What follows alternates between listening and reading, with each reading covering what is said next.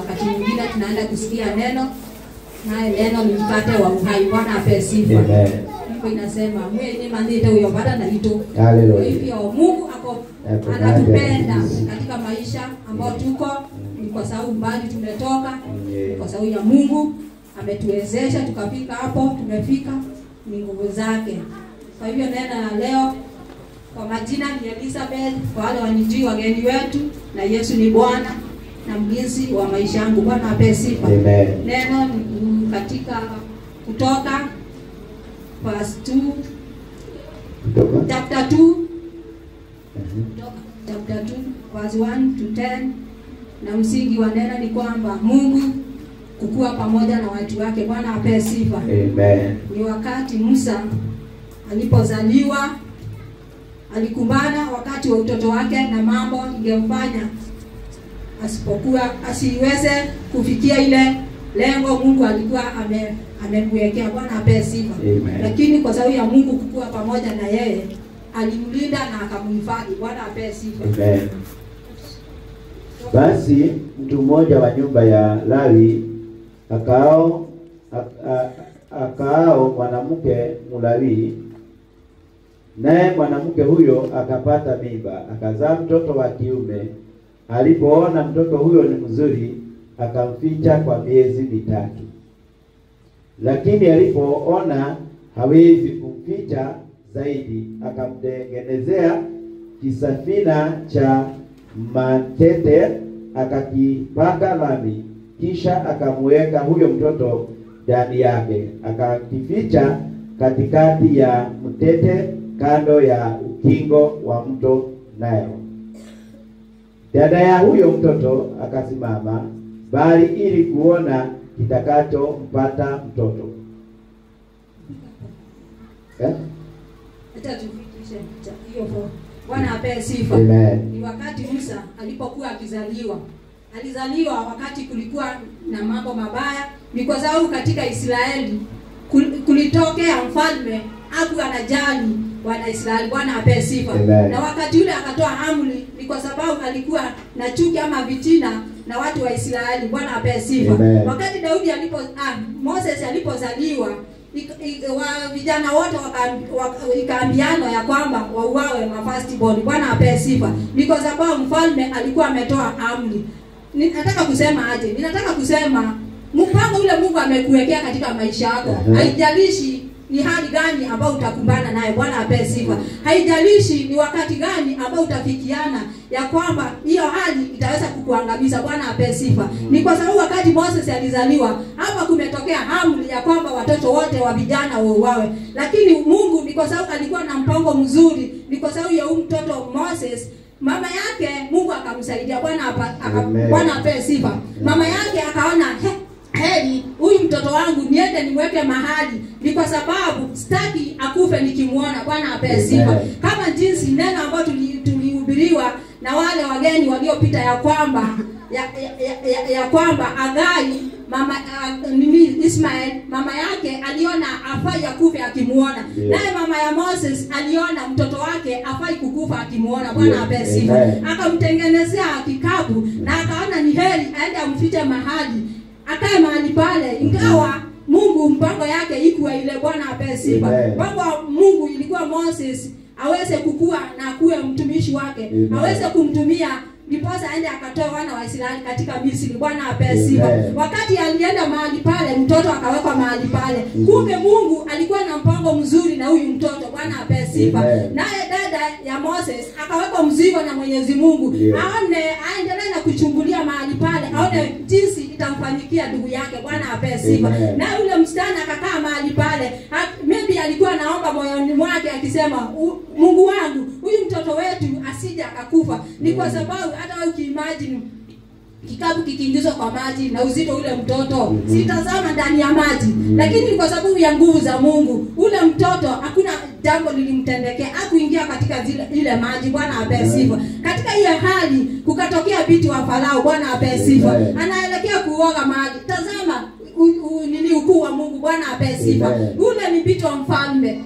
Kule kwao kuna shawa. Bwana ape sifa. Kuna mambo ya kifahari mahali pale, lakini Mungu amemtia mambo mengine ya kiajabu. Akaona ni heri siku ya leo niteremke kwenye mto. Bwana apewe sifa. Niende nikaogea pale mtoni. Ni kwa sababu Mungu alikuwa na mpango mzuri kuhusu ule mtoto. Bwana apewe sifa. Siku ya leo ninataka kukuambia ya kwamba siku ya leo usijalishe na maisha ambayo unapitia, ugumu wa hali ambayo iko ndani yako. Bwana apewe sifa. Bali mtazamie Mungu, ni kwa sababu ako na mpango mzuri juu yako. Yeremia akaambiwa ya kwamba Mungu ako na mpango mzuri juu yake, ni kwa sababu alimjua kabla akiwa tumboni mwa mama yake. Bwana apewe sifa. Tukitazama Yeremia hapo tunaona nini? Tunaona Yeremia vile aliambiwa na Mungu ya kwamba Mungu alikuwa pamoja na yeye tangu akiwa tumboni mwa mama yake. Bwana apewe sifa. Niposa Yeremia akachaguliwa na Mungu. Bwana apewe sifa. Naye Mose hapa ako pamoja na Mungu. Bwana apewe sifa. Jinsi wewe siku ya leo uko na Mungu katika maisha ambayo unapitia. Bwana apewe sifa. Katika hali ya kukosa na kupungukiwa, katika hali ya ungumu na uzito. Bwana apewe sifa. Mungu ako pamoja na wewe. Jinsi alikuwa pamoja na Moses. Bwana apewe sifa. Ni kwa sababu hiyo hali Moses alikuwa na maisha yake yameanza kuwa na shida tangu utotoni. Bwana apewe sifa. Ni kwa sababu sheria imetolewa mahali pale. Sheria imesemekana watoto wote wauawe. Naye mahali pale mama yake anashindwa afanye nini. Akaona wacha niende nimweke mahali pale, nione kile kitatokezea mtoto wangu. Bwana apewe sifa. Uone mambo ya ajabu ya Mungu. Bwana apewe sifa. Wakati mbiti ya Farao aliteremka mahali pale, naye yule sister yake akaona mbiti ya Farao ameenda mahali pale, ameona yule mtoto. Bwana apewe sifa. Ametazama ule mtoto, ameshikwa na huruma. Tazama baba yake ndio ametoa amri. Haijalishi ni aina gani, ni hali gani uko. Bwana apewe sifa. Ni kwa sababu Mungu akiamurisha baraka zake sitakushukia. Haijalishi ni maadui ya aina gani, haijalishi ni vingamizi za aina gani, ni kwa sababu kile Mungu amekuandalia lazima kikufikie. Ni kwa sababu ya nguvu za Mungu. Bwana apewe sifa. Moses mahali pale amechukuliwa na mbiti wa Farao.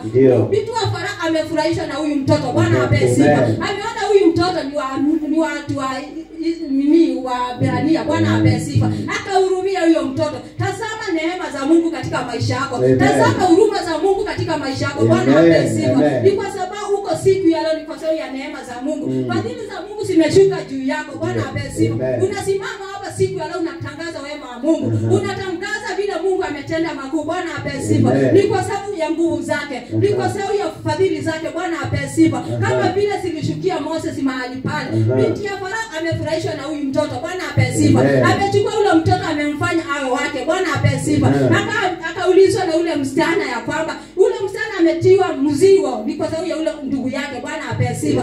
Akamuuliza, je, na nikutafutie mfanyikazi wa kukulelea huyu mtoto? Naye ule msichana akasema ule binti Farao akasema ni kweli. Ni kwa sababu ya nini? Ni kwa sababu Mungu alikuwa pamoja na Moses. Bwana apewe sifa. Nawe siku ya leo Mungu ako pamoja na wewe. Bwana apewe sifa. Wakati ule binti Farao alikubali, tazama kuwa Mungu. Bwana apewe sifa. Ule msichana alikimbilia mama mtoto. Bwana apewe sifa. Tazama maajabu ya Mungu mahali pale.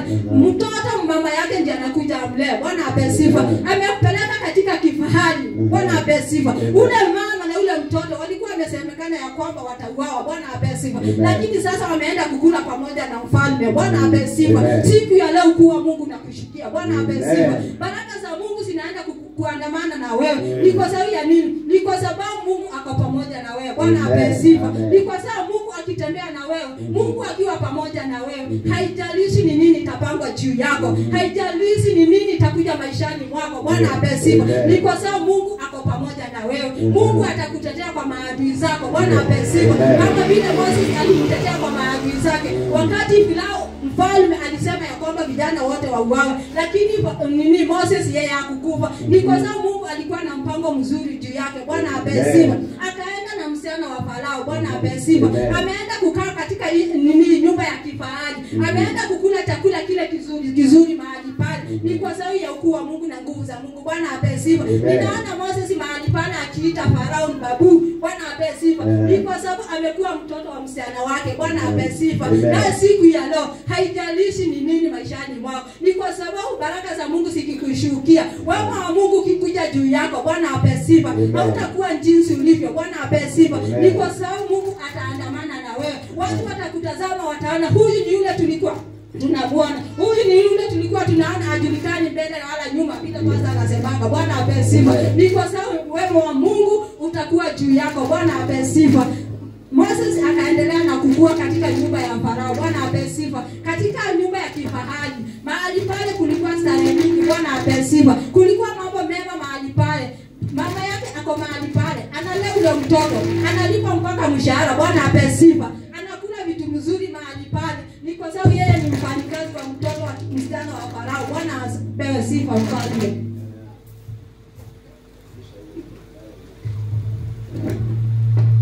Bwana apewe sifa. Ni kwa sababu ya nini? Ni kwa sababu ya Mungu. Bwana apewe sifa. Kwa hivyo nawe siku ya leo usijali maisha ambayo unapitia, hali ambayo iko maishani mwako. Bwana apewe sifa.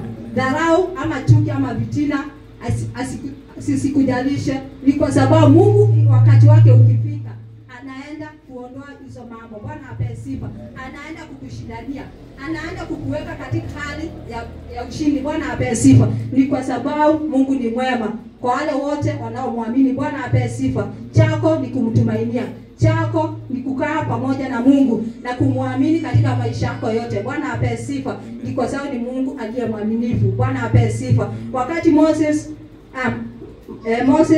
aliendelea verse 5.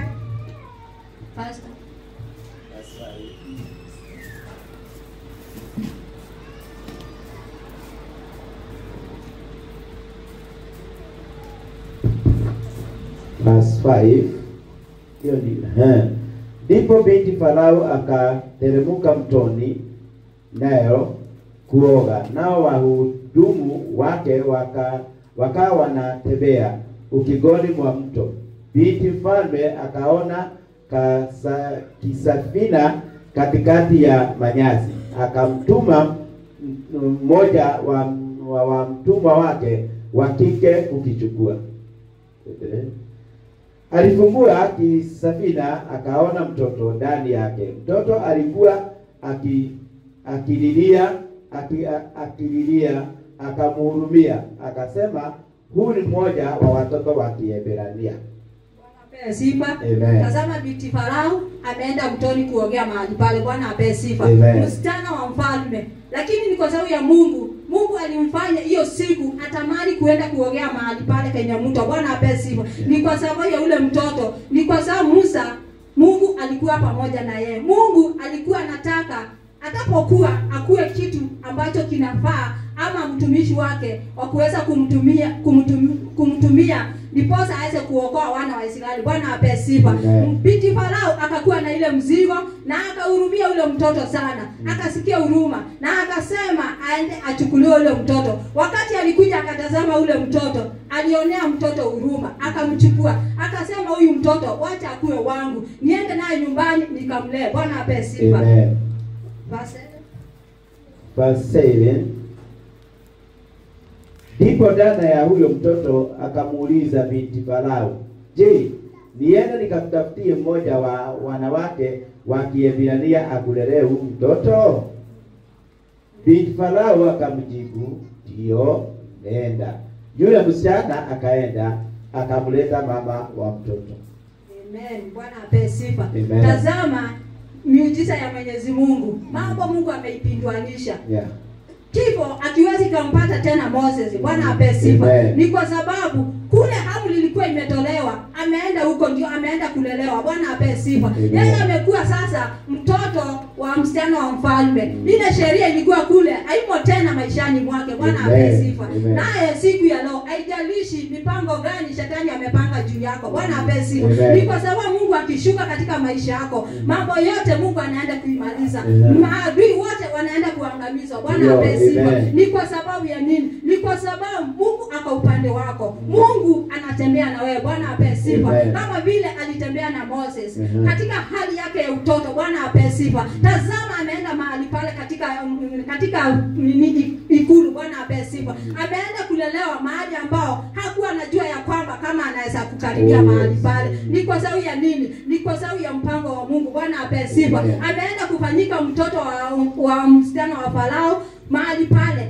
Anafurahia anafurahia kuona ufalme mahali pale. Anafurahia kukaa maisha mazuri mahali pale. Bwana apewe sifa. Ni kwa sababu ya nini? Ni kwa sababu Mungu alikuwa anataka kumuandaa. Alikuwa anataka kumtumia. Bwana apewe sifa. Naye siku ya leo kuna ile mipango Mungu amekupangia. Ndiposa umefika hapa, umefika. Bwana apewe sifa. Akakufanya jinsi ulivyo. Bwana apewe sifa. Akaweza kukuokoa siku ya leo. Uwe na ushuhuda katika maisha yako ya kwamba Yesu ni mfalme. Yesu anaokoa, Yesu anadumisha, Yesu anatenda mambo makuu. Bwana apewe sifa. Ni kwa sababu wewe siku ya leo uko na shuhuda ya kwamba Yesu anatenda mambo ya ajabu. Ni kwa sababu katika maisha yako tangu uzaliwa mpaka hapo umefika, umeona Mungu vile aliye mwema.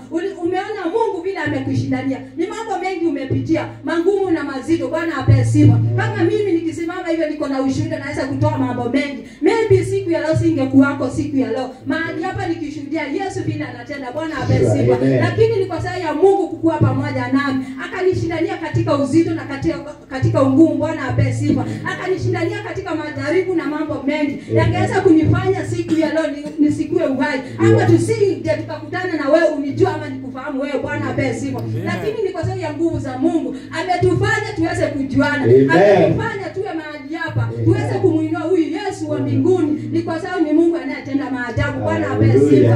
Naye Moses akaenda mahali pale, akaendelea kukua katika ikulu la mfalme. Bwana apewe sifa. Mahali ambapo sheria ilikuwa imetolewa ya kwamba watoto wote wauawe, lakini Moses, tazama nguvu za Mungu, ako mahali pale akiita mfalme babu. Bwana apewe sifa. Ni kwa sababu ya nini? Ni kwa sababu ya nguvu za Mungu. Ni kwa sababu ya huyu Mungu ambao tunaabudu. Bwana apewe sifa. Ni kwa sababu tunaabudu Mungu aliye hai. Mungu anaishi, Mungu anayetawala. Bwana apewe sifa. Mungu aliye mkuu na Mungu wa ajabu. Bwana apewe sifa. Ni kwa sababu Mungu wetu ni Mungu mkuu. Bwana apewe sifa.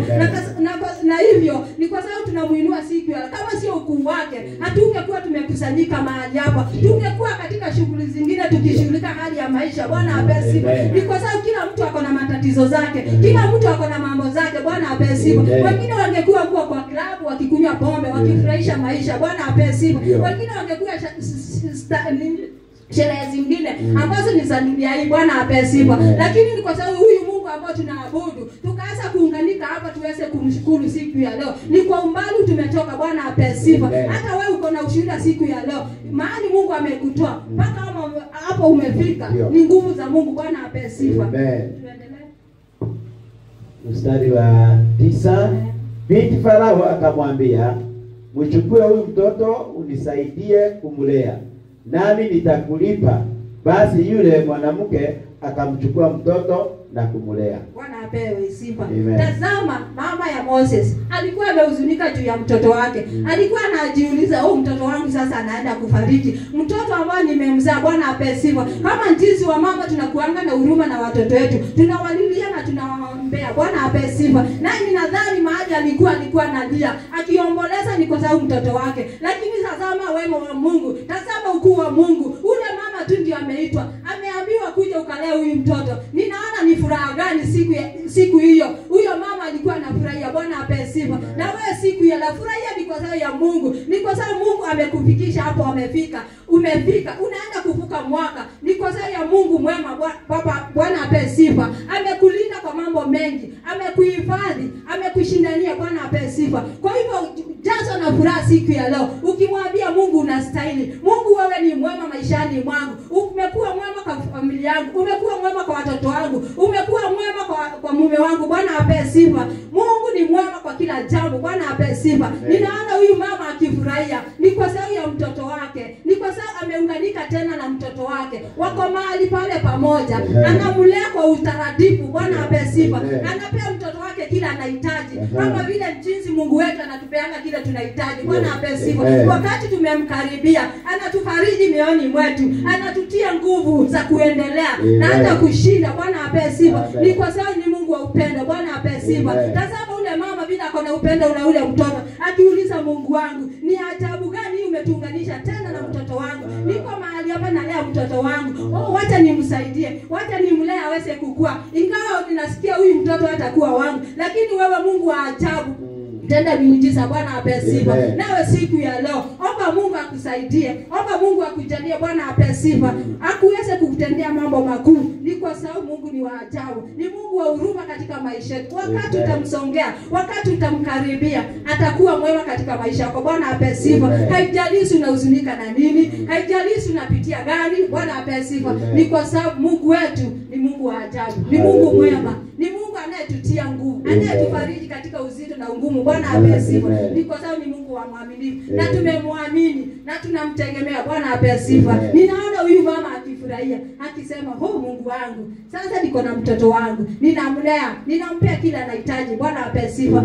Tazama Moses akiwa mahali pale, anapewa mazuri ya ufalme. Bwana ape sifa. Nasi tukisongea katika huyu Mungu wetu, tutakuwa tunakula mema ndani yake. Bwana ape sifa. Ni kwa sababu yeye ni Mungu mwaminifu. Bwana ape sifa. Endelea. Mstari wa 10, mtoto alipokuwa akampeleka kwa binti Farao, naye akawa mwanae, akamuita jina lake Musa, akisema, nilimtoa kwenye maji. Bwana ape sifa. Mtoto amelewa na mama yake, ameshakuwa mkubwa, ameshakuwa mtoto mkubwa. Sasa mama ajalishi mtoto wake atakuwa namna gani. Ni kwa sababu wakati mtoto ameshakuwa mkubwa, unasikianga umefurahia. Unajua hata akienda kucheza na watoto wengine huko nje, atarudi tu akiwa salama. Bwana ape sifa. Huyu mama alifurahia, akajua ni sasa leo mtoto wangu ametoka kiwango cha utoto. Bwana ape sifa. Hata nikimkabidhi katika hii nyumba ya mfalme, sioni kuna jambo lolote anaweza kufanyiwa. Ni kwa sababu anapendwa mahali hapa. Bwana ape sifa. Ona upendo wa Mungu wetu, vile anaotupenda, vile anayetujali maishani mwetu. Wacha kuhuzunika moyoni mwako. Ni siku ya kukutia nguvu, dada yangu na ndugu yangu, ya kwamba Mungu akiwa na wewe, hakuna jambo litakuwa kinyume na wewe. Maandiko ndio inasema, hata yakipangwa namna gani kwenye giza, kama vile tumeimbiwa wimbo na Mama Kenyanjui, ya kwamba inapangiwa pale, na mahali inapangiwa yule yanapangwa mahali pale, yule ako ndani yako, yeye ndio anajua yale yamepangwa huko. Bwana ape sifa. Kwa hivyo hata yakipangwa, Mungu wetu atakuja kuyafunua, na wewe utakuwa huru, utakuwa mshindi. Bwana ape sifa. Ni kwa sababu ya nini? Ni kwa sababu Mungu ako pamoja na wewe. Bwana ape sifa. Wacha tusome Isaia 43 tusikie. Isaia 43 1 to 5.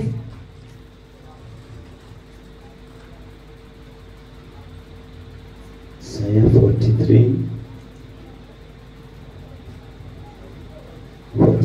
1 to 5 inasema hivi, lakini sasa hili ndilo asemalo Bwana, yeye aliyekuumba, Yakobo, yeye aliyekuhuruku, yeye Israeli, usiogope, kwa maana nimekukomboa.